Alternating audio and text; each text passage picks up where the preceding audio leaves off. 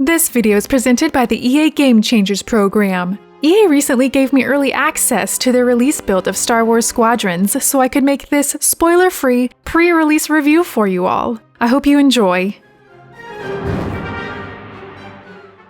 Hello everyone, welcome! I am Lorani. In this video, we are going to be doing a non-spoiler review / discussion about Star Wars Squadrons. I was recently given the opportunity with the Game Changer program by Electronic Arts to have an early access full release build to Star Wars Squadrons. So I was able to play the first 5 missions in the campaign, and I was also able to do probably about a little more than 2 hours worth of multiplayer. And oh my gosh, just what I liked it a lot. So we are going to talk just kind of in general what the game is, just to introduce it if you haven't heard of Star Wars Squadrons coming out, if it just kind of snuck up on you.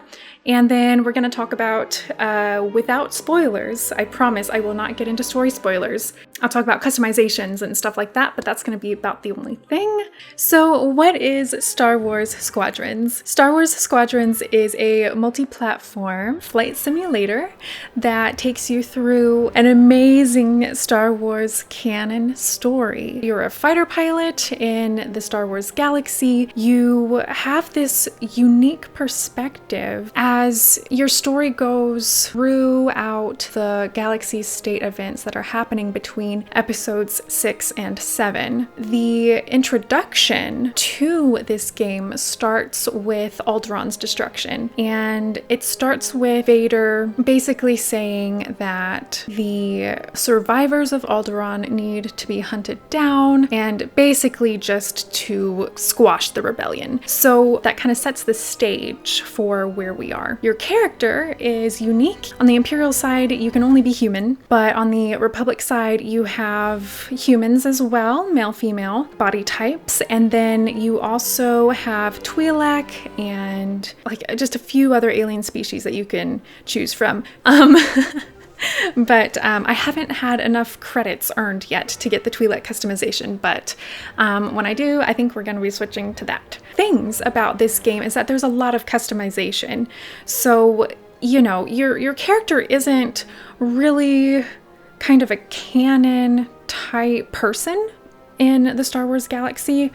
At first, I was personally leery about that because I'm like, okay, I'm a stickler for lore. I want things to have meaning and to have lasting consequences for, you know, things, the implications, to have lasting consequential implications for things that might happen or may have already happened, and it gives you like a new perspective on things. So I was worried that we had so much customization for our pilot, but they did a really good job with how they handled it, because I've only played through the first 5 missions on the campaign. You are in there looking directly at these main characters. Again, no spoilers, but there's a character that comes in, I think on mission 3, yes, and you're seeing this character that you know from all other kinds of material, movies, TV shows, and just book material, and he's talking to you. It's just awesome. So, like, even though our character isn't a named character, you still have the impact of the galaxy state, and in terms of seeing it and also having a personal impact into what's happening. But yeah, so you have the campaign, and then you also have multiplayer modes. So I'm the type of video gamer that really likes personal story experiences and impact on just really in-depth lore. I love diving into that with you all and just exploring it and kind of seeing things from new perspectives. The multiplayer here, it's a Star Wars game, so I wasn't as worried about it in terms of grabbing my attention, but oh my gosh, the multiplayer is amazing. And there's so much customization options, and the way you earn the customizations is very rewarding. And I see, like, I want everything I see in the customization, and there's so much. So the multiplayer game modes in this game really captivate my attention and just my desire to earn cosmetics, and there are going to be challenges. There's at least the challenge that was in the build that I was able to play through the Game Changer program. It had, I think, about 60 days to complete certain challenges. It will most likely change. I'm expecting like daily and weekly type challenges that we've seen in other games. But you have a certain amount of time to complete challenges, and then at the end you'll get a unique reward that won't be found any other place. That will make me play multiplayer. And multiplayer is just plain fun. You know, I'm very excited to play multiplayer with you all. We have some surprises. I don't believe they will be out at the time of this video, but keep a lookout. At the time of this video, it's not released, but if you are watching this video later and they are released, I hope you like them.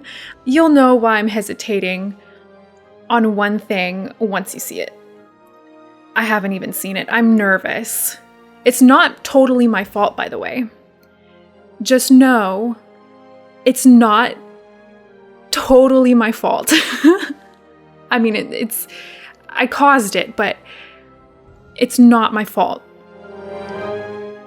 We'll come back to this in a future video. And sorry. Not sorry.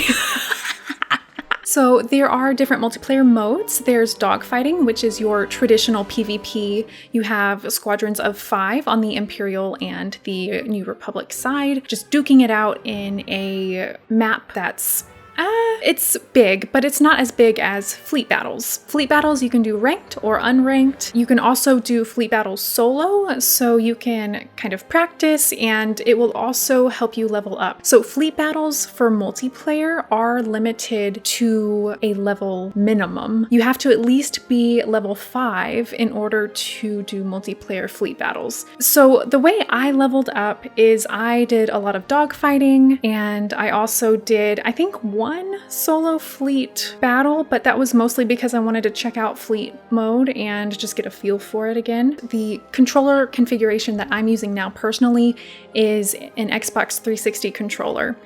It's just something that reminds me of the Ace Combat feel.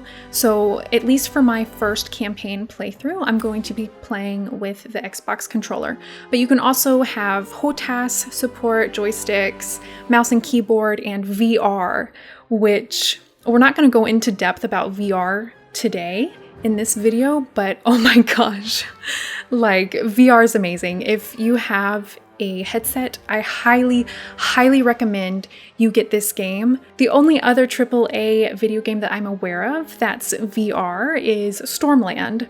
So I cannot recommend Star Wars Squadrons enough if you have a VR headset. It's just amazing. You can look around the cockpits. The A-Wing gives you the most visibility, but something that we did talk about as a group is that it's a lot of information visually being thrown at you. So you have to have a lot of good situational awareness. What's going on, it could be overwhelming. So it's just, for me, it's like, oh my gosh, Star Wars, look at everything.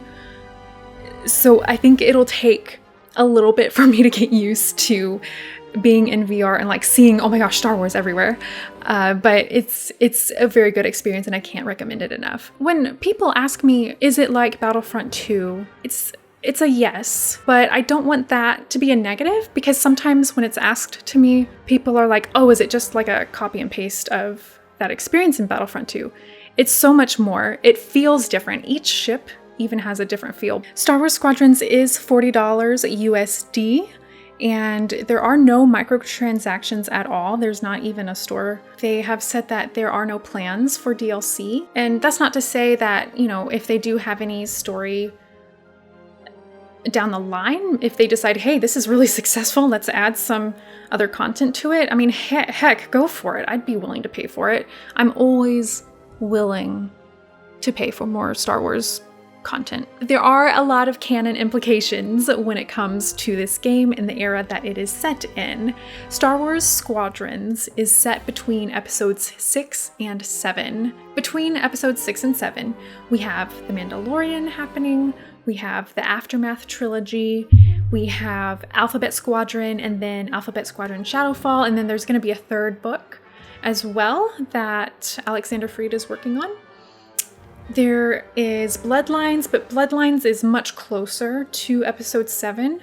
I believe it's about a 30-year gap between episodes 6 and 7. So I can't carry all of them, just the books.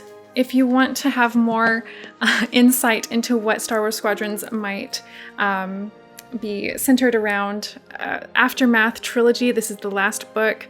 And then Alphabet Squadron, which actually references Vanguard, and I think there's Titan Squadron as well, but there's one holy grail of them all that you should be reading right now, which actually, I wonder if this would have implications for it.